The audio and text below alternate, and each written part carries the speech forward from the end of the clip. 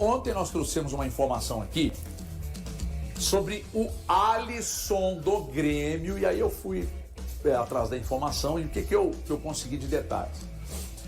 O Alisson do Grêmio foi oferecido ao Cruzeiro por 8 milhões de dólares. Legal. Eu confirmei essa informação com uma fonte muito importante lá no Cruzeiro. Fonte não, a pessoa do Cruzeiro. Tá. Aí eu perguntei, o Wallace do Cruzeiro foi oferecido para voltar ao Grêmio? Aí essa pessoa falou, não conversamos sobre isso. Legal. Aí eu fui lá numa pessoa do Sul e perguntei assim, tem alguma coisa a ver o Alisson para cá e o Wallace para o Grêmio? Essa pessoa falou, o Grêmio até sondou com o agente do Wallace as condições do jogador, mas o Grêmio desistiu porque os salários são muito altos. Ele tem um contrato com o Cruzeiro, o Valu conferiu agora há pouco, até o final de 28. O contrato do Wallace com o Cruzeiro, gente, foi uma delícia. Gostosinho. Quantos anos ele tem, Valu, Wallace? Quando ele foi contratado, tinha 29 anos. 29 tá com 30 já, tá com 30. 30 anos, né? Então ele até 28, 33 anos, né? Dele sim. 33 anos. Nossa. O salário, gente, eu não tenho nada com o dinheiro que o cara ganha e nem o que foi oferecido e tal. Se o Wallace ficar no Cruzeiro até o final de 28, o negócio passa de 75 milhões. Você vai ter que chegar aqui e falar que é pior do que o negócio do Vargas com o Atlético, o Wallace com o Cruzeiro. Não, mas a tomada as devidas proporções é igual, tão ruim quanto do Júnior Santos com o Atlético. Não, mas eu falo porque o Vargas pelo menos entrava e fazia. Não, mas são situações diferentes. Eu vou te explicar por quê, numa boa, bem porque são situações distintas. Eu não sei quanto o Vargas ganhava, mas eu tenho certeza que não é o que o Wallace ganha. E a perspectiva do que o Wallace poderia jogar não é a mesma perspectiva depois diminuiu, do Vargas. Não foi, Thiago? Chegou a ser e depois diminuiu. Do Vargas chegou a ser mais do que isso. Foi e depois diminuiu. E depois diminuiu, caiu para 800. Metade. Tá. Só que o seguinte, eu não acho que o Wallace lesa o Cruzeiro. Ele não tem as características que o Leonardo Jardim exige. Talvez um outro treinador colocasse para jogar. O Diniz talvez colocasse. Mas o Jardim, pela forma que o Jardim adota, o formato do time dele jogar, o Wallace não se encaixa. Então, o que acontece? O Grêmio não quis entrar, embora tenha uma história do Wallace lá, por causa dos valores. Gente, mais de 75 milhões até o final de 2028, porque além dos altos salários e do contrato de 4 anos e meio, 4 anos e meio, tem gatilhos no contrato. Até o Valu brincou, acordou 8 da manhã, gatilho. Tomou café às 9h15, gatilho. Então tem os gatilhos. Então isso pode chegar a quase 80 milhões em 4 anos.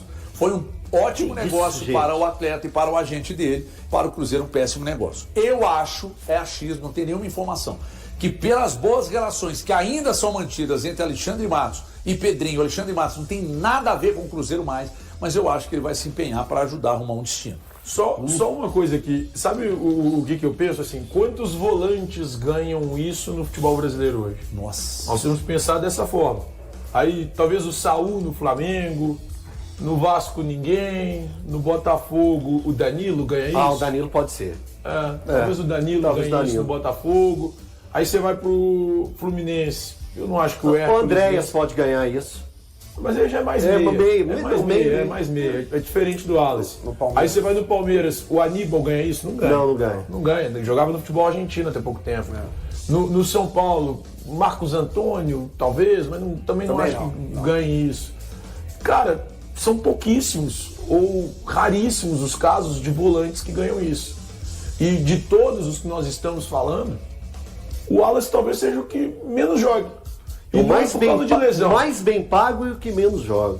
Eu não sei se ele é o mais bem pago, né? Porque talvez... Será que o Saul ganha mais? Cara, o Saul jogava no Atlético de Madrid, né? É um patamar financeiro bem acima do que era o Udinese. 1.3? Cara, é muita coisa, hein? É muita coisa.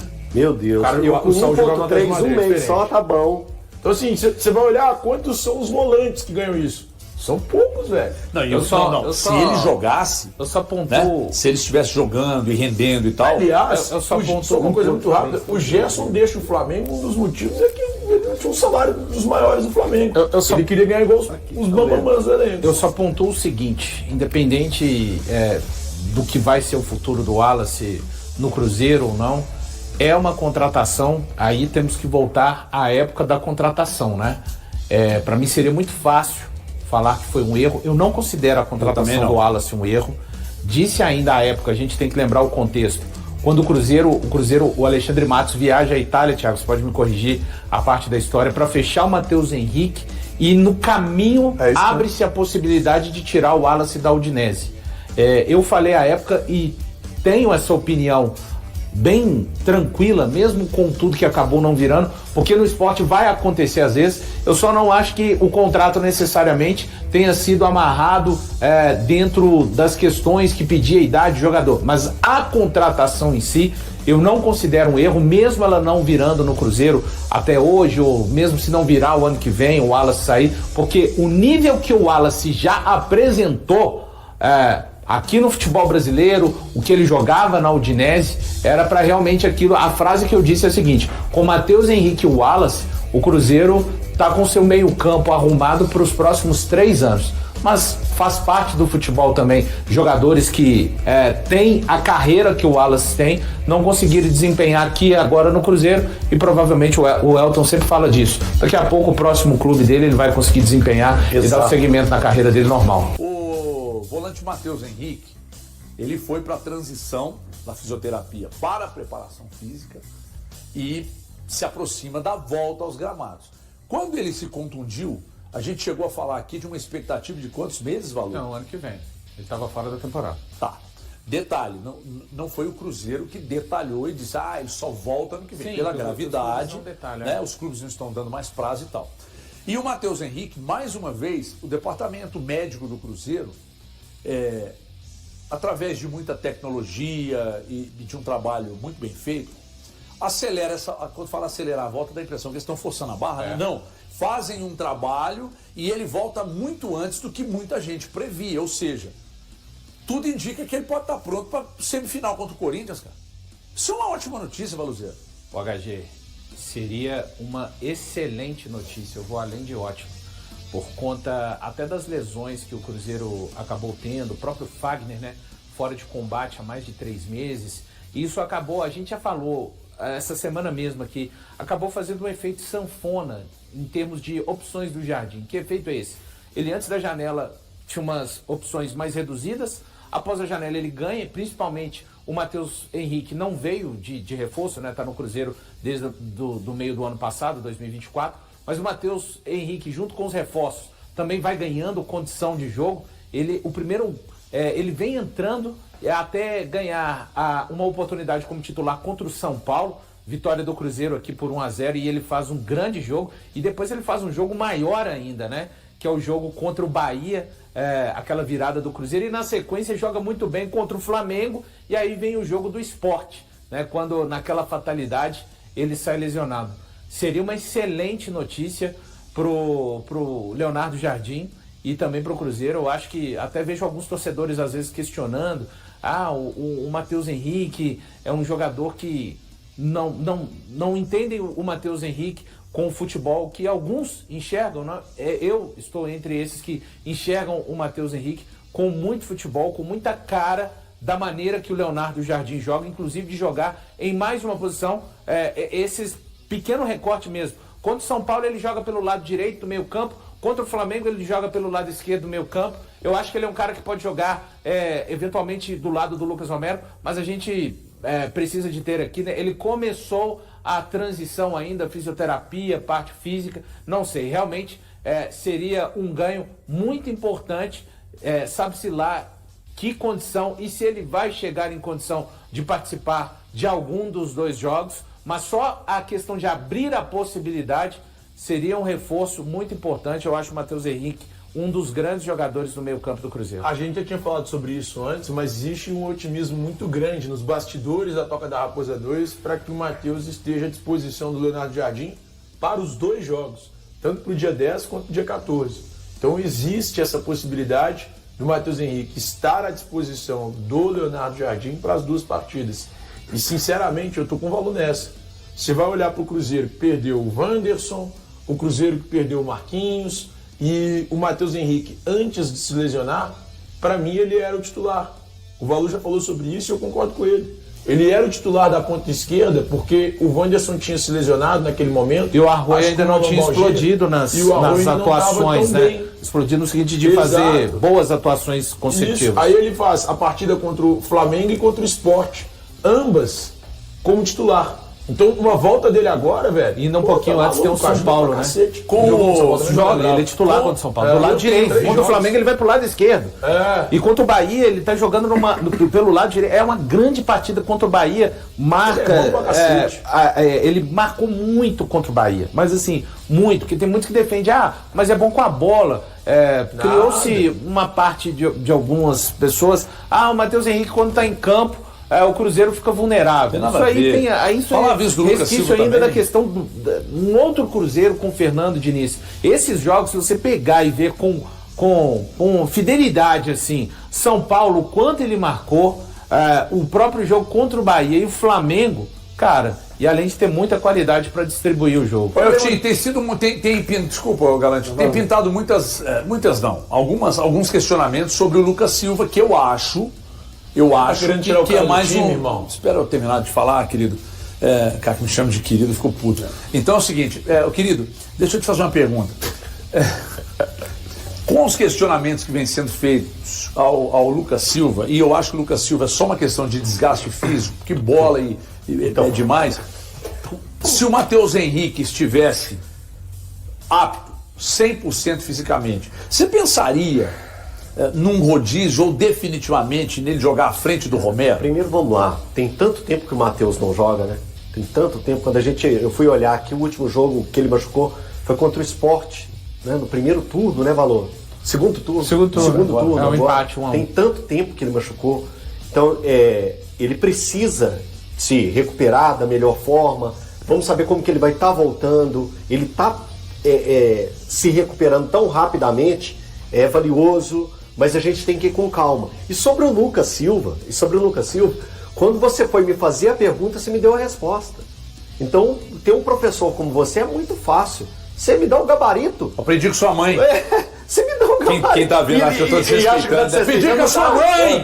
Aprendeu mesmo com a minha mãe. Você me deu o gabarito. A parte física do Cruzeiro agora, e outra, quem te deu esse gabarito também foi o Leonardo Jardim, que ele fala que ele tem se preocupado em refrescar os jogadores, em deixar os jogadores em melhores condições físicas, e que ele vai aproveitar muito bem o período de data FIFA para entregar um Cruzeiro recuperado nessa última perna de descanso que ele terá, para depois ter os desafios até o final do Campeonato Brasileiro, onde o Cruzeiro tem ainda objetivos, que é lutar ainda pelo título do Campeonato Brasileiro, e depois os jogos da Copa do Brasil. Então eu imagino que já nessa volta contra o Juventude já teremos um Lucas Silva mais recuperado da questão física que você apontou. Vou rebatizar o Elton Novaes aqui no programa. HG, mas só uma coisa. Essa pergunta sua tem nada a ver não, cara. Elton KY. Essa pergunta sua tem nada a ver não. Porque o Matheus Henrique, antes dele se lesionar, ele estava jogando onde? Não, irmão, não. Na do Cris ou na do Wanderson? Ele jogou contra o Bahia de segundo e bem, irmão. Desculpa. Mas peraí, vamos pegar o que ele estava jogando de fato no time. Desculpa. Ele estava jogando pelos lados do campo. Você entendeu minha pergunta? Estava jogando aberto. Você entendeu minha pergunta? Ele estando 100%. E ela não faz aí pintam os questionamentos honestamente, pro Lucas Silva. Aí o Lucas Silva, pra mim, desgaste físico. Você saca ele, mete o Matheus Henrique por ali e tá tudo certo. Porque então, a sua opinião, ele ficou em cima do mundo, o Elton KY. E você? Não, eu vou dar só dados. Você que gosta de estatística. Eu adoro. O Matheus Henrique, a questão é, a gente traz os números, né? E o sentido vai da compreensão de cada um. Fica bem livre o tema, assim. O Matheus Henrique tem 27 jogos no ano. É muito pouco, né? É uma temporada onde você olha os principais, estão ali 48, 49, né? E é uma pena para o jogo do Cruzeiro e para o próprio Leonardo Jardim, que talvez pudesse fazer uma gestão melhor ainda dos jogadores do meio-campo, já que ele é um cara que atua em várias posições do meio-campo. Ele é o 17º jogador mais utilizado apenas, e apenas o 15º em termos de minutos. Então, até o Wallace, que é um reserva que a gente vê com poucas oportunidades, está mais ou menos perto do Matheus Henrique. Então, estou usando isso tudo para te dizer, o Everton Guimarães, da falta, GHG, não, Everton Guimarães, da falta de ritmo do Matheus Henrique nessa reta final que vai exigir muito do Cruzeiro, tanto no Campeonato Brasileiro quanto na Copa do Brasil. Contra o Juventude pela 34ª rodada do Campeonato Brasileiro, o Cruzeiro entrará em campo com 3 ausências confirmadas. Os meio-campistas Christian e Matheus Pereira, além do atacante Arroio, estão suspensos e não poderão atuar. 2 desses desfalques afetam diretamente o meio de campo, setor em que o time celeste costuma sentir mais falta de peças quando há baixas. Ao longo do Brasileirão de 2025, essa tem sido justamente a área com mais problemas para Leonardo Jardim. Foram 11 partidas em que o treinador precisou encontrar soluções para substituir algum titular do meio. O volante Matheus Henrique, embora tenha ficado muito tempo fora por lesões graves, não entrou nessa estatística, já que passou longos períodos afastado da disputa por vaga no time. Nos 20 jogos em que o Cruzeiro teve pelo menos uma ausência entre os titulares, em 9 deles o setor mais afetado foi o meio. Nessas partidas, o clube somou 16 pontos de 27 possíveis, o que representa um aproveitamento de 59,2%. Quando as ausências não atingiram os meio-campistas, mas ocorreram em outras posições, o time conquistou 21 pontos em 33 disputados, 63,3%. O desempenho da Raposa só foi inferior quando as baixas ocorreram nas laterais. Sem pelo menos um titular nessa faixa do campo, o Cruzeiro somou apenas 9 pontos em 18, aproveitamento de 50%.